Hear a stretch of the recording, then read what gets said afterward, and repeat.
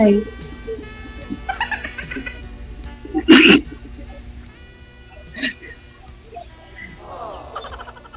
saan ka ulit?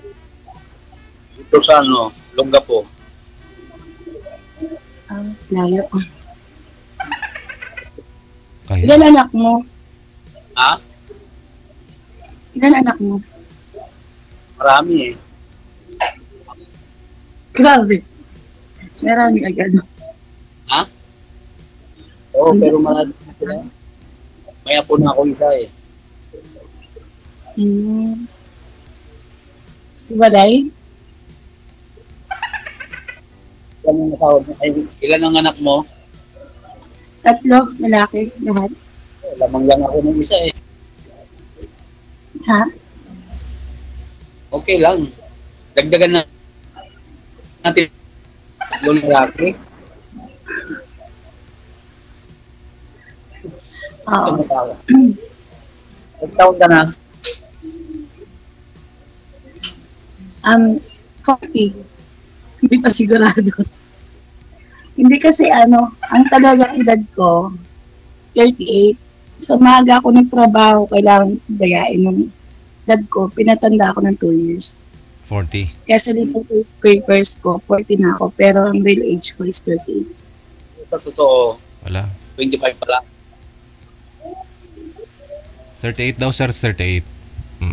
2 years, tinanda po ninyo ng 2 taon. Paano po ninyo nagawa yun sa mga legal, sa mga papel nyo?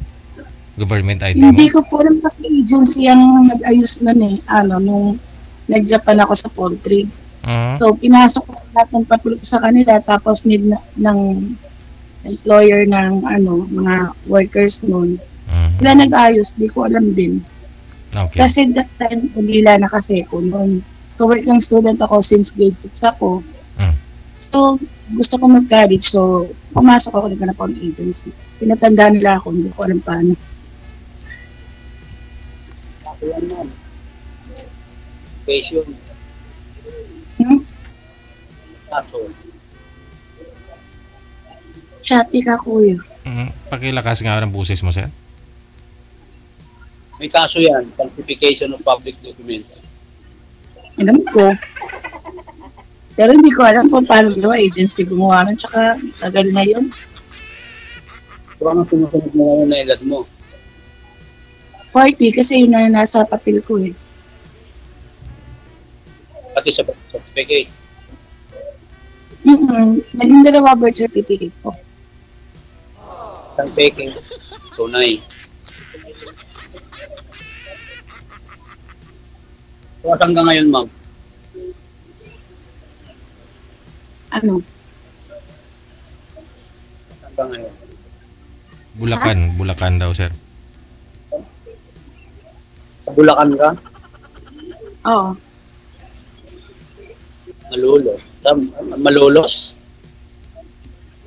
Malapit ba dito? Hindi kasi hindi ako taga rito eh. Taga Ilocos ako. Wala ako Sabi mo nagtatrabaho. lang po. Ha? Sabi mo lang po. Nasa Olongapo. Hindi, nandito ako sa Olongapo ngayon. Ah, At kabigan Ilocos Sur ako. Dito lang ako nagtrabaho. Na mo kahit malayo, ginusto ko pa rin dito. Para siguro, kinatanya nang magkakilala tayo. Kaya, pinalapit ako dito. agad-agad kuya.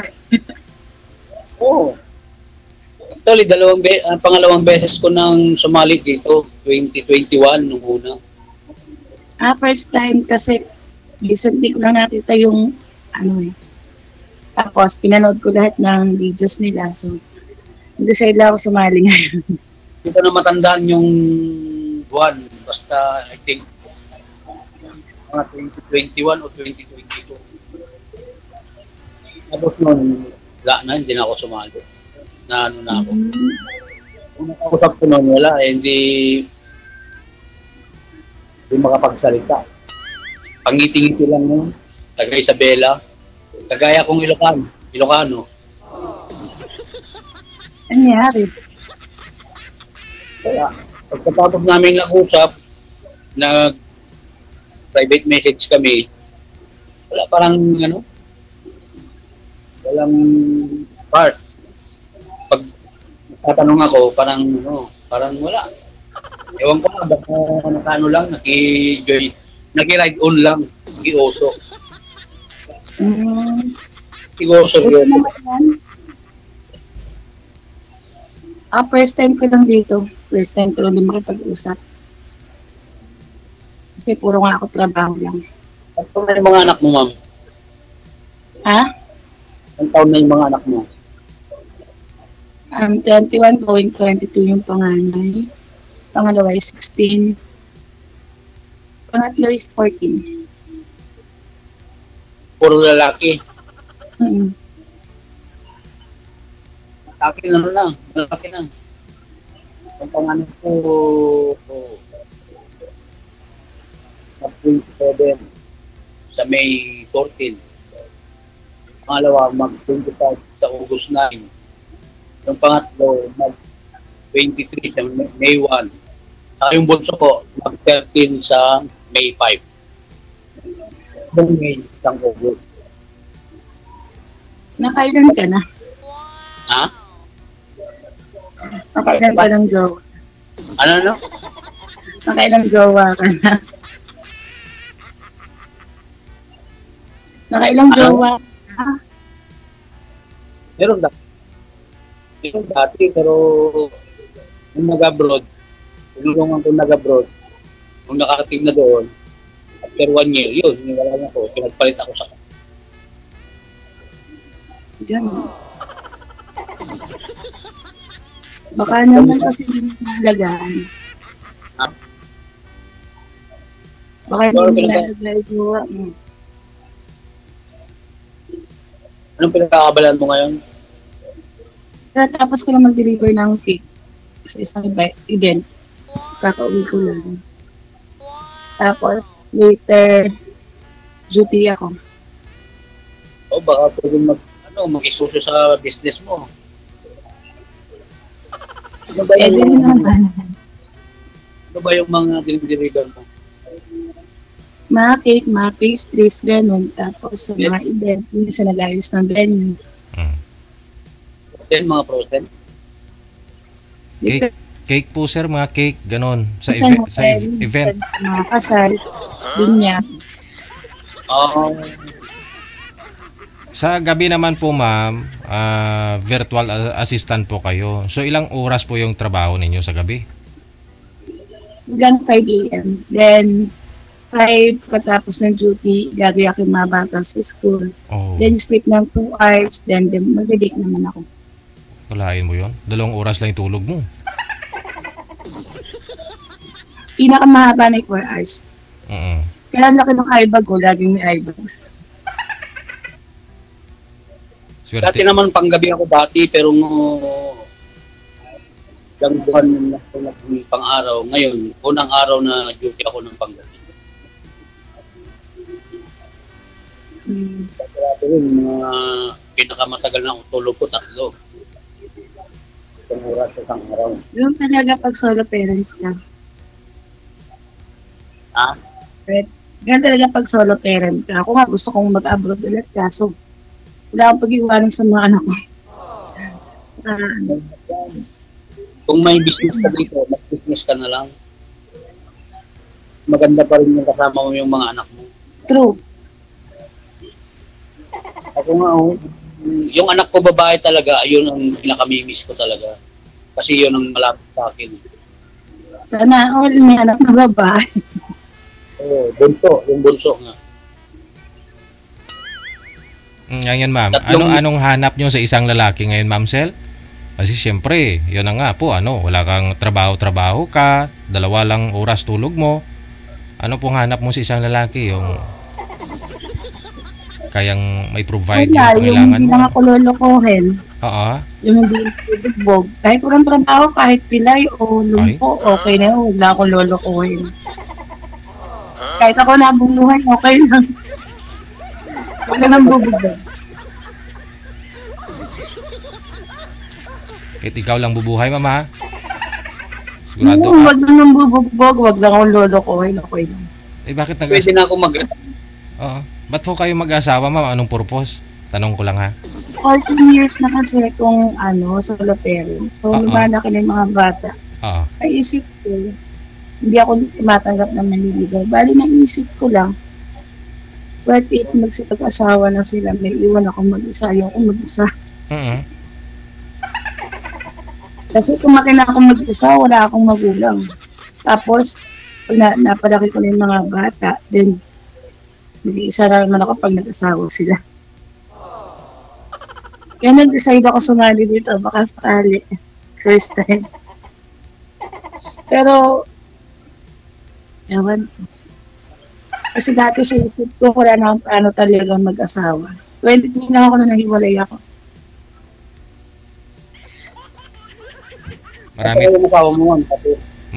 Marami tuloy nag-mind sa'yo sa comment kasi marami pong mga lalaki tamad ngayon, ma'am. Hindi ka lang sasaktan, sasagutin mo na. Kahit ikaw nabubuhay. Basta wag lang maglolo ko at saka wag lang mananakit. Kasi yung tatay ng mga anak ko, bugbugero, babaero, lahat ng bisyo nandun. Shout out sa'yo, nanonood ka, alam ko. Batiin mo yung tatay ng mga anak mo. Baka nanonood. Wala mo na siya. Bakit ako wala na ako dun eh. Trabaho ba? Kalayan mo? Mas gusto mo yung walang trabaho? Parang hindi ako takbuhan. Maganda pa rin yung may trabaho para may katulong ka. May katuwang ka sa ano. Pwede naman, tag-iutos ng mga baking pan ko. Halimbawa, ako. Pero hindi na ako po ng taga-hugas. Kung naman ako mag-drive ng sasakyan, 4 wheels, ako taga-deliver ng mga pa-order mo. Bagay. Yung gwardiya ko, ikakasal kailan ba? Kadali? Yung gwardiya ng kasama natin, kakasal? Kasal ka, kuya? Ma'am? Kasal ka? Takal. Yun ang mahirap, ma'am eh. Nung magsama kami ng asawa ko, 1996. Sorry, Richard. Kalimutan ko. 2004. After 8 years na nagsama muna kami bago niya ako sinakal. Wala din naman kami. Di useless lang. So, yun po ang hanap mo pala sa isang lalaki, ma'am. Ayaw mo ng kasal, ma'am. Ayaw mo. Parang hindi ako nasa bunutan. Nasa bunutan ako bigla eh. Paiksi ka na lang ng buhok, ma'am. Bayo no, sayang. Ayaw mo ng kasal. Ay, sakal. Pwede yun, ipaanal natin. Ako talaga magpapaanal na kasal yun. Kasal ka, ma'am? Hindi. Bata pa ako na nagkaroon ng asawa. Pag-ipon pa ako ng pampaanal. Bakit daw ho, sabi ng mga nasa comment, bakit daw ho kayo sinasaktan ng asawa ninyo that time na magkasama pa ho kayo? Kasi yung naging asawa ko, hindi ko talaga siya gusto. Ngayon, pa lang ako niligawan na ako. Lahat ng nanligaw sa akin, naabangan niya, binubugbog niya. Ngayon, pag nagtatagal ako sa tindahan bumili, pag uwi ko, siyempre, hindi na ako bumibili. Pag uwi ko, hindi na may sapok ako, may tadyak ako. Seloso, ganun. Nagsiselos siya. Ang seloso na siya pala ang gumagawa. Okay. Actually, guardia rin siya. Ayun lang.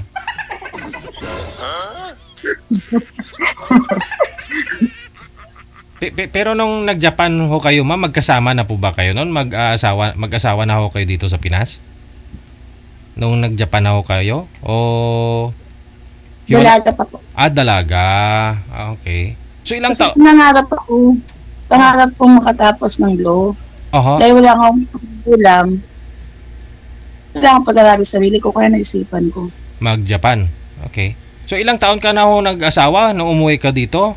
Ilang taon ho kayo nagsama nun? Hanggang 2010. Edad po ninyo. Kasi sabi mo, Nagsama kami. Oo. Ano? Bata ka pa eh. Nag-18. Oh. So ilang taon ka po ba napunta ng Japan? 16. Okay. O 2 years lang po kayo doon sa Japan, umuwi ka ho dito. Kasi piniki mo nga yung edad mo no? Umuwi agad. Hindi kinaya. Okay. So nag-asawa ka nung umuwi ka. Nagsama Hindi. kayo. Hindi pa rin dapat. Inabangan lang ako ng sasakayan. Hello? Natutukan. Okay. Ayun pala yung kwento ng buhay mo. Tapos nung pinangayon niya ako sa sa Nueva Ecija. Pero hindi kami magkatabi kasi ako nga sa kanya. Tapos pinalabas nila kasi best friend siya ng pinsan ko, pinalabas nila may kanan kami. So yun, nagalit yung matatanda sa amin, sabi, naman di daw ako sa gadang gambuto, pagtanan. Yun, pinagsama kami. Pero wala naman talagang nangyari nun, ma'am, ha? Nung dinala ka niya sa Nueva Ecija? Okay. Kaya nga napakasal. Kasi ang sabi ko, nung namanhikan sila, sabi ko sa nila, napipilit naman pakisanahan yan, pero hindi niya ako mapipilit pakasalan yung tao hindi ko gusto. Kasi for me, ang kasal sagrado.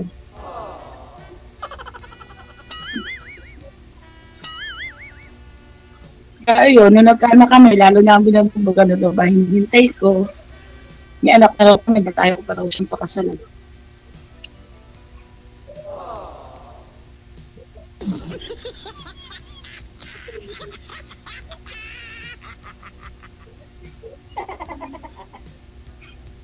Hindi ka nagsalita si Kuya. Hindi ka rin nagsasalita. May starstruck ako sa ganda mo eh. Uy, pangit lang ako. Hindi ko alam dito sa camera na to. Bakit ganyan? Pangit lang ako. Totoo. Huwag ka umasa sa camera. Sana all.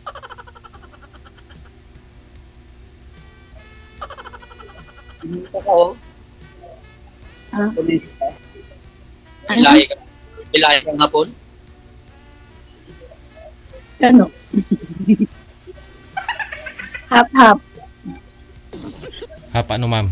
Hindi ko alam kung kagano na mata ko. Hindi ko alam kung ano kung may kahap ka bang iba.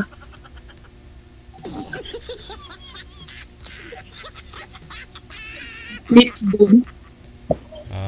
Mix. Oo. Parang ako Kaya din. rin ka mami, tawa ka ng... Parang ako din pala.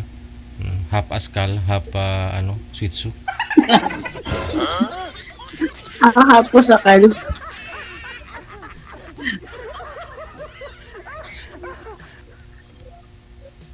Siguro hindi na nagsasalita eh. Patitig-titig na lang eh. Tanong ka kasi. Tanong ka. Ha? Tanong ka kasi.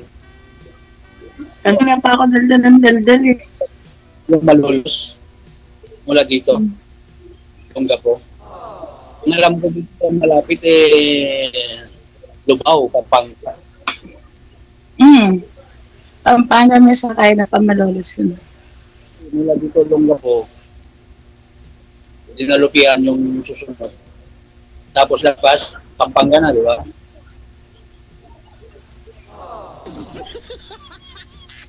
Kung dito, pitina namin. Malapit eh. Mag-ay tanga. Ay kita no, kulang 4 na oras hanggang Cubao. Hindi ka makaabot. Mga 2 oras lang siguro, sir. Nasa ano ka na? Dito ka na sa... bypass na tayo, mabilis na. Oo. Pero kasi ako nag-tire noon, sir. Banulos eh. Pero nung uwi ako, gabi, sa Tumuran. Muna Cubao hanggang terminal ng Victory. Mula dyan, papunta dito sa Cubao. Yes, sir.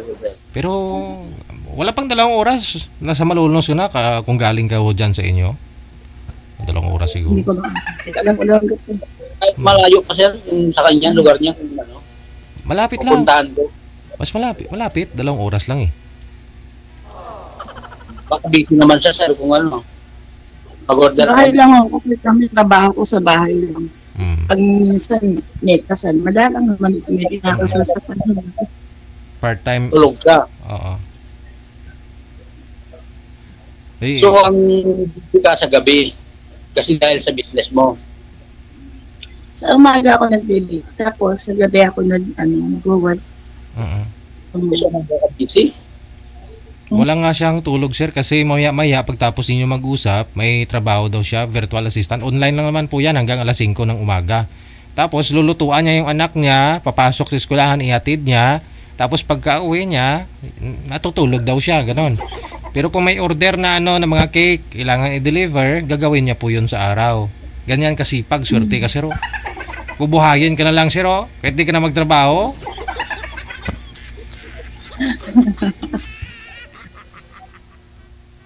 Kung aalis naman ako dito, sir, kayang din yung trabaho ko. Oo naman. Kayang din yung sahod. Oo, Kasi Manila rin kami dito, sir, eh. Sayang. Probinsya, pero Manila rin. Oo. Kaya kahit malayo, kahit taga Ilocos ako, ginusto ko na pumunta dito kasi NCR rin, tumit namin. Wow! Ang po lang, dito, yung kasama ko.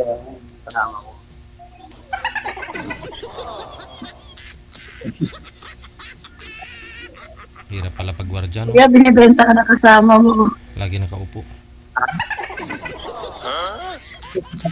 Kasama ko sa kanya, pag pinuntan ka namin, magmotor kami. Kukunin namin yung motor ng operation manager namin doon sa Makati. Kasi may binibenta kasi ng motor sa akin, hindi ko pa kinukuha. Tapos, pinapano na. Anong motor? Mumurahin lang yan, yung P-Way 152. Okay din yan. Mahirap kasi walang service dito pag nandito ka sa andito kasi kami sa sa Olongapo Port. Nagiging bentahan pa to. Bilhin na rin sa kong motor. Ha? Yun pala, maraming motor si ma'am, Bibilin mo daw motor ni ma'am na isa, sir. Nagra-rides kasi ako pag may time. Pero mo talaga ng walang time. Ayun. Ay, stock lang. Ano bang motor?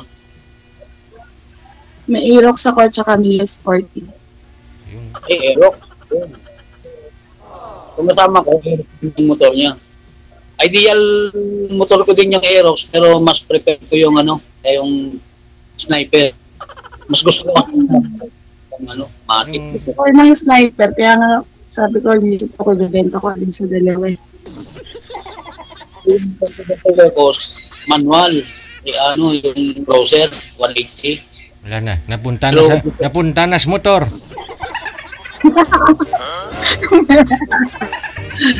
Medyo yung mamaya, bentahan na ng motor. Bentahan na ng motor to. Pagkatapos namin mag-usap, DJ, i-close din namin yung motor. Yung presyo? Oo. Tapos, tungkol sa business niya, kung baka pwede akong mag-franchise, ma'am. Di naman mga reseller mo na po. Dami kong dito. Actually, maraming empleyado dito. Dito kasi ako sa lalo mismo ng Subic Bay, Freeport Zone. Kaya lang sinayo, ang gapolo. Ito sa loob.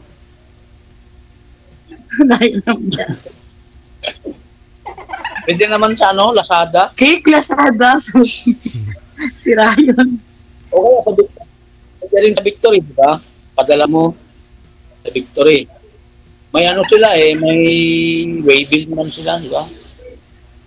Pero mas maganda, personal ko na lang kukunin para at least makita pa kita. Di ba?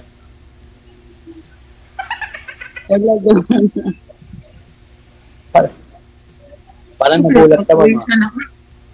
Parang gusto ko nang mag-resign dito sa trabaho para mawalan na ako ng trabaho. Kaya ako deliver mo. Marunong naman akong magmotor, marunong din naman ako mag-drive ng 4 wheels. Well, wala pa ang 4 wheels, Motor muna. Wala naman nag-umpisa sa malaki agad. Umpisa mo sa maliit. Motor muna, lagyan mo ng korong-korong. Yung parang pag-deliver, di ba? Bagay. Malay mo, magkatulong tayo, mag-partner tayo sa business, di ba? Magkano ba puhunan, ma'am? Para pag-ipunan ko. Na? Yung business mo, magkano ba? Puhunan. Saan? Yan, yung pag-deliver ng mga cake. Ewan ko kasi yung mga reseller ko, mabababa ang bagsak ko sa kanila. Kasi wala bahala mag-add. Market dito. Saan pa nang bawa yung minimalist cake, bawa bibig, 350 ang bigay ko, ang benta ko. So sa reseller, 300 or 280 lang. Kasi maganda rin dito magtinda-tinda ng mga pagkapagkain kasi maraming mga empleyado dito compound. Malang bilihin dito sa loob.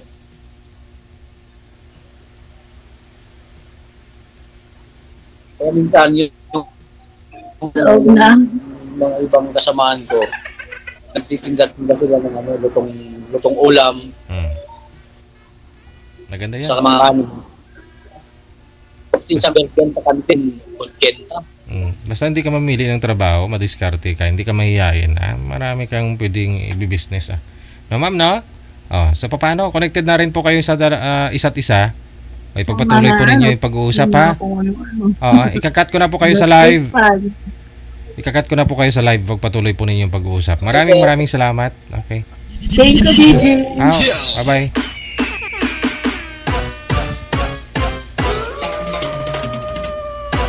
Napunta na ako kasi sa Lazada. Kanina usapang motor lang. Baka mamaya pag umaba pa yung pag-uusap nila, mapunta na sa sa Joyride.